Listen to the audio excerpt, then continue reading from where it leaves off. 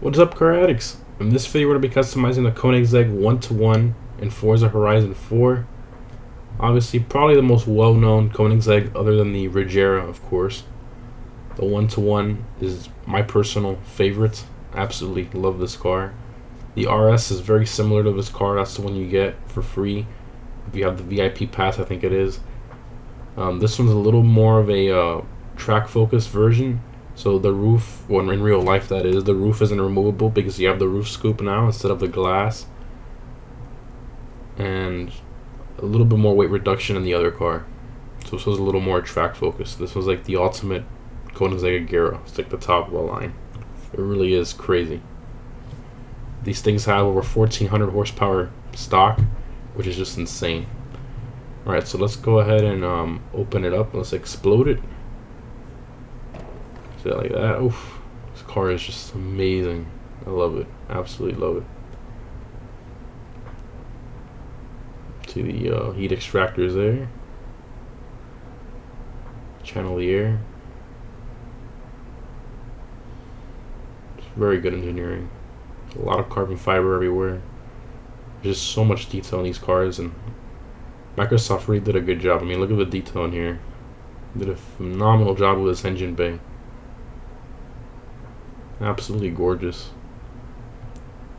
The exhaust there, just little details, just amazing. They incorporated it a lot. They really did. You see the sticker on the door there? I mean, it's just a really nice car. Limited edition there on the door sill plate. Let's hop inside here. My goodness. Wow. Just really nice car.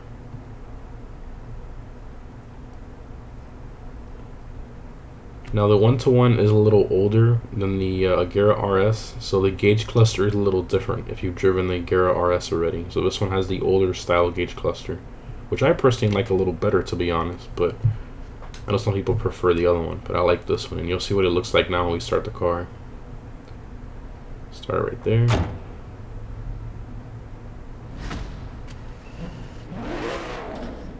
Comes to life. You see the gauge cluster is different. Very nice car.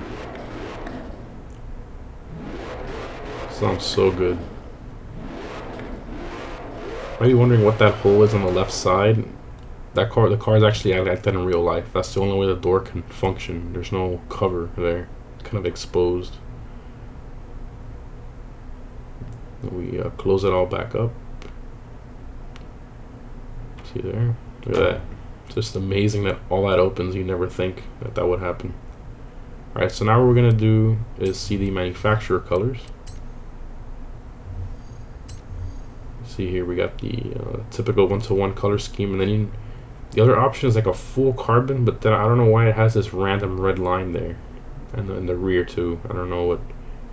Maybe the orange lines should have been, like, I don't understand what happened here with the color scheme. That just looks weird.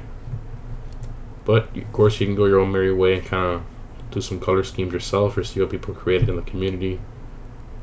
For now I'm just going to keep the normal color scheme that the car comes with. I mean, it doesn't look amazing and it doesn't look bad either. So alright, so here we have a fully bone stock top speed run we're going to do here. No customization options whatsoever. Stock tune, traction control on. Here we go.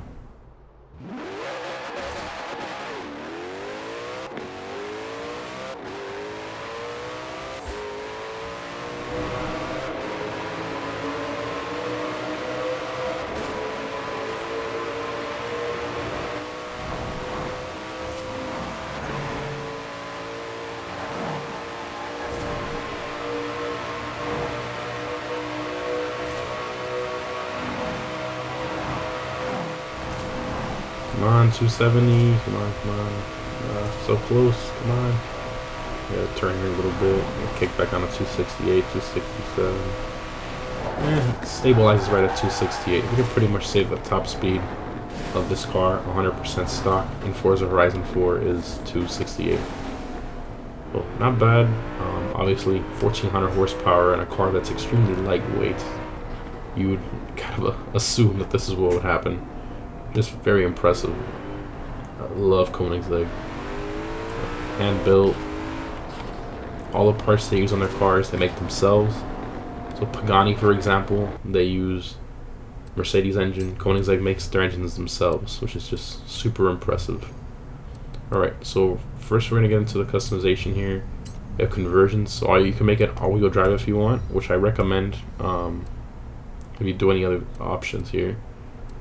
Now there is no visual customization. That's very sad. So the way it is, you have to like it that way. So we have raised springs and dampers, rally springs which races it, and then drift springs. So I'm gonna do the race springs. That lower, oh I forgot to put it on. That lower, yeah, half an inch lower. Looks really good. Roll bars front and rear. This adds weight. Okay, so we're not gonna put that. Weight reduction, 268 pounds, definitely. Clutch, shift time is reduced slightly. Throw all this on here, might as well. Tires and wheels. Okay, so this car does not come with race tire compound. You have to buy it. So that's why there's some cars that do and some cars that don't. And I test all the cars here with race tire compound, so I want to keep that consistent through all my tests that I've done on my other videos. So that's what we're going to do for all the cars. So the front comes stock with 265s.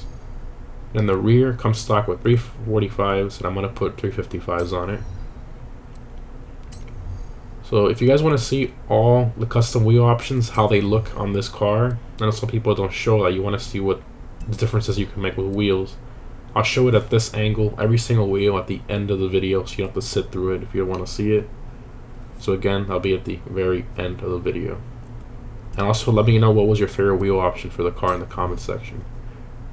Alright, so it comes stock with 19s at the front. You can raise it up to 20, and then 20s on the rear stock, so it's a staggered setup. You can do 21s if you want. We'll leave it stock there. So those are the only options we have. So let's see the summary here. It costs almost 30 grand. We're down almost 200 pounds, not bad.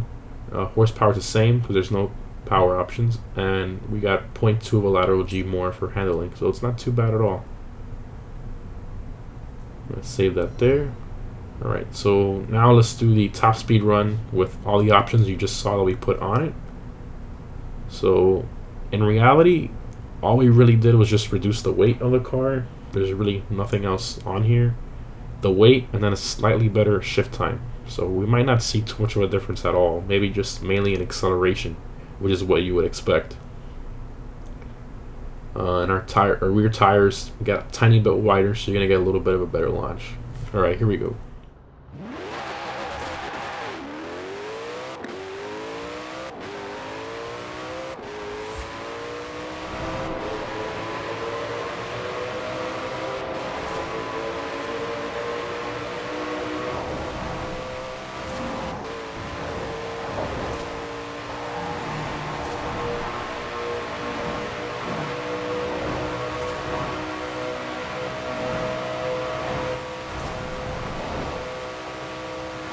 Come on, come on, come on.